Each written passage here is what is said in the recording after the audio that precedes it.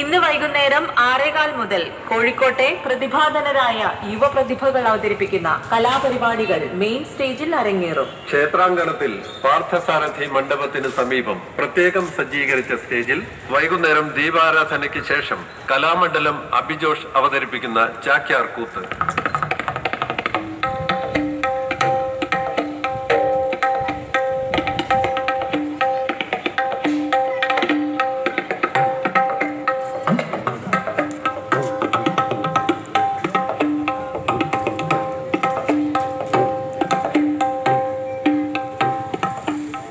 രാത്രി 8 മണി മുതൽ പ്രശസ്ത സിനിമ TV താരം നിർമ്മൽ പാലാഴിയും സംഘവും ചേർന്ന് കാലിക്കറ്റ് V4